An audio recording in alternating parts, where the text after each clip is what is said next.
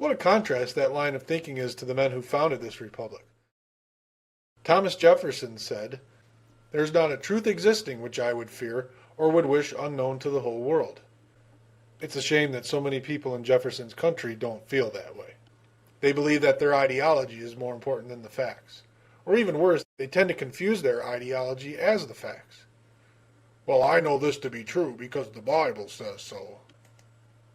No book, whether it is designated as holy or not, is above the facts. If the fact shows something contradictory to the Bible, then the Bible ought to be rejected as the ultimate source of truth. No one should ever feel intimidated by man or by deity to discuss the facts and inform people of them.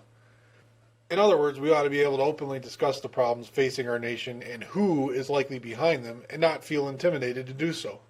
Yet many Americans feel that they will anger their loving and caring God if they dare to point out or agree with some uncomfortable facts about God's favorite group of people.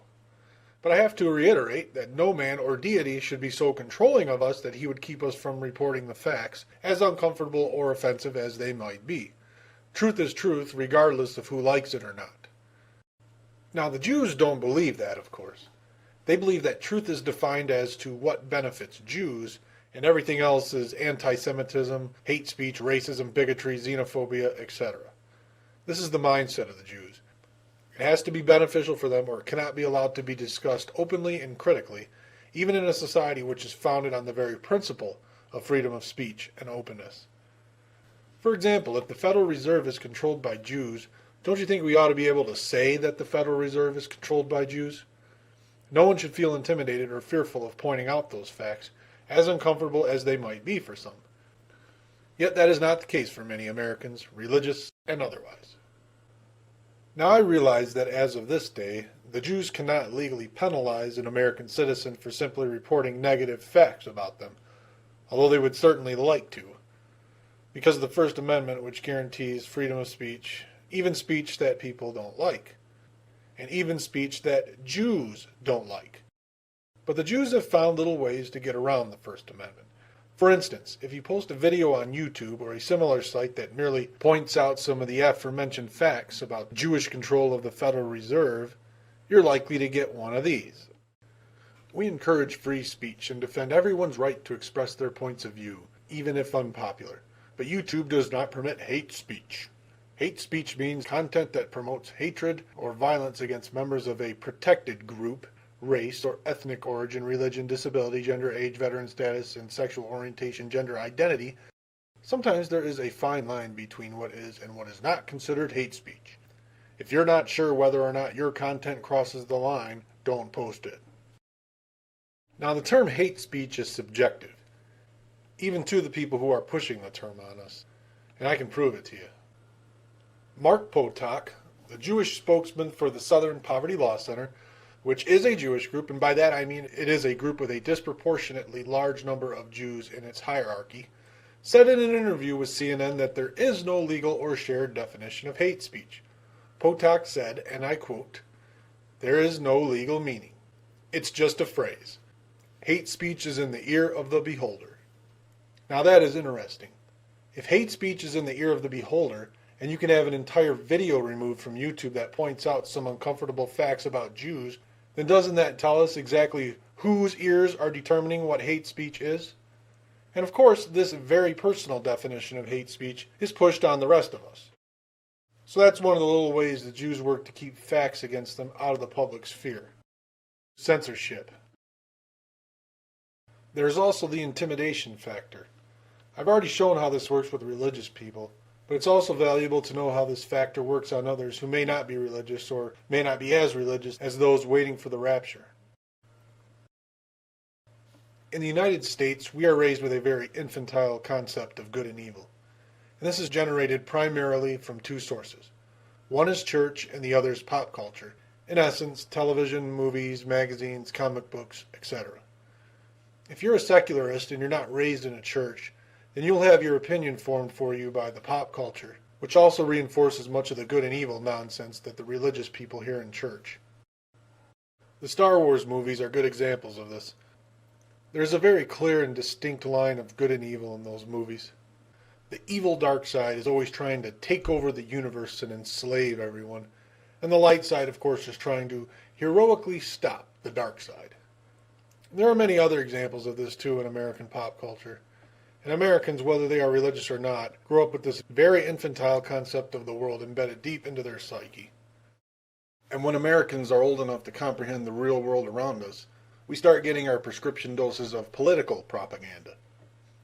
Adolf Hitler, for instance, was not just a German leader who took on the New World Order of Bolshevism. Rather, he was an evil dictator of the dark side of humanity that wanted to take over the world and enslave everyone.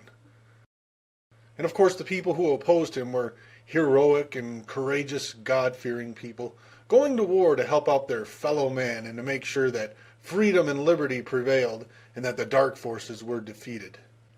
And this theme is repeated over and over again on TV in America. So Adolf Hitler is Darth Vader in America. He's the boogeyman.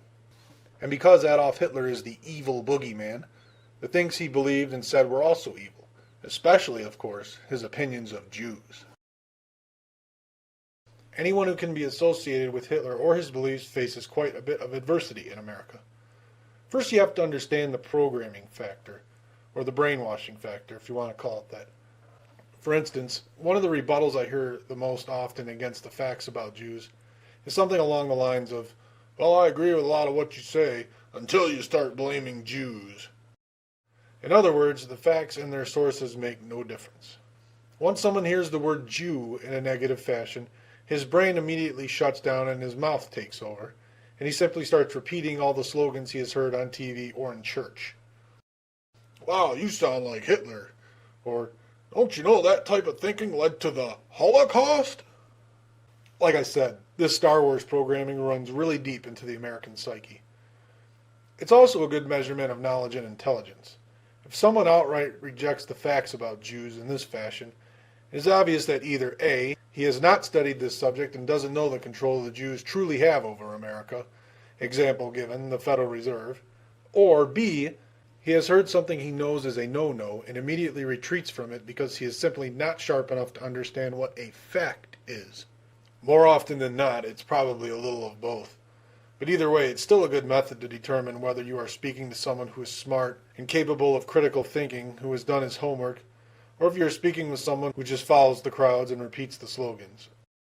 To a slightly lesser extent, especially when dealing with people online, it can be also that the person who is not understanding the facts about the Jews simply doesn't want to admit that he is wrong and that his beliefs are based on him being misinformed.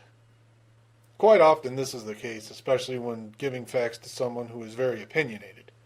You know, they just can't look like they've been told or owned or whatever, so they just persist in their wrong opinion. I'll have a lot more on this topic in the future because it just goes beyond the scope of one video. But I would say in conclusion that the main reason people are afraid of discussing the Jews openly is probably all the propaganda and nonsense that they have allowed the Jews to build up in their heads. And couple that with all the screeching the Jews do when the topic is brought up, and you pretty much have the situation we have today in the United States, where the country is in a downward spiral, and only a handful of people have the spine to talk about who is doing it, and an even smaller handful that are actually doing something about it. So the goal for every person who wants to save Western civilization should be to shatter these artificial taboos and reintroduce the concept of openness and transparency into the public sphere. You're going to encounter legion after legion of opposition, of course, as Americans are far more influenced these days by ideology than facts. But once the main taboos are shattered, then the shattering of other taboos will follow, and civilization will once again start rising towards the light and out of the darkness where the enemy currently has us descending.